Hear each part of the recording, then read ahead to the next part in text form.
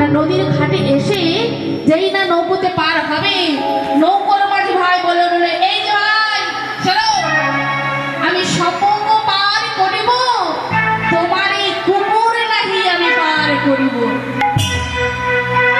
কি বললো?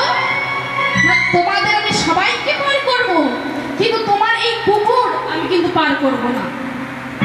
শিবানন্দ হাত জোড়ে করে বললো, দেখো ভাই, এদিকে কোনো উপায় নাই, আমি এত কষ্ট করে আমার কুকুরটাকে সাথে নিয়ে এলাম, এদিকে কোনো উপায় নেই।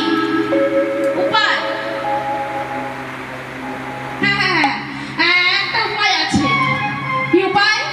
শোনো, তোমার কুকুর আমি কিন্তু পার করবো না।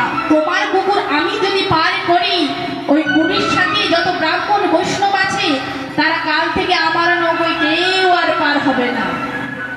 তা শোনো, তোমার কুকুর তোমাকে পার করতে হবে, আবার ওপারে কুকুরকে রেখে এসে আমার ওপারে রেখে কুকুরটাকে তারপরে আমার নৌকোটাকে ভালো করে ধুয়ে দিতে হবে, ধুয়ে আবার এইবার ফিরে আসতে হবে।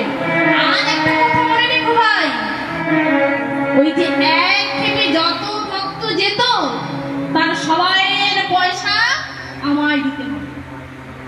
সব মেনে নিলেন। সব মেনে নিয়ে কি করলো না, কুকুরটাকে ওপারে রেখে তারপরে নৌকোটাকে ধুয়ে আবার এপারে ফিরে এলেন। আর কুকুরটাকে যেই না ওপারে রেখে এলেন, কুকুরটা মনে মনে ভাবছে, আহারে আমি এসেছি বলে শিবানন্দকে কত নাই কত কত কত কথা শোনাচ্ছি, তার থেকে ভালো আমি একাই চলে যাই।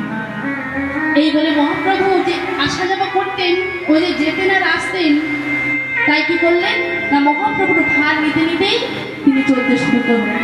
আর এদিকে ভক্তরা শিবানন্দ সবাই নৌকোতে উঠে এপার থেকে ওপারে গেলেন। যাওয়ার পরে যেই না উড়িষ্যার মাটিতে পা দিলে সবাই জগন্নাথের কথা মনে পড়ে গেল। আর জগন্নাথের কথা মনে পড়ে ভক্তরা সবাই মিলে জগন্নাথের নাম গাইছে। তো মাগো, আগামীকাল তো উল্টো রথ, তো আজকে আমরা যে এখানে এসেছি জগন্নাথের উপলক্ষে, তাই তো? তো মাগো, আপনারা যদি বলেন তাহলে একটু জগন্নাথের নাম আমরা সবাই মিলে গাইব, বলবেন? দেখি তো কারা কারা বলবেন না, হাত তুলুন।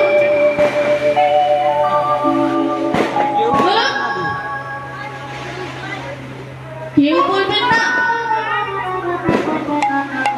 আর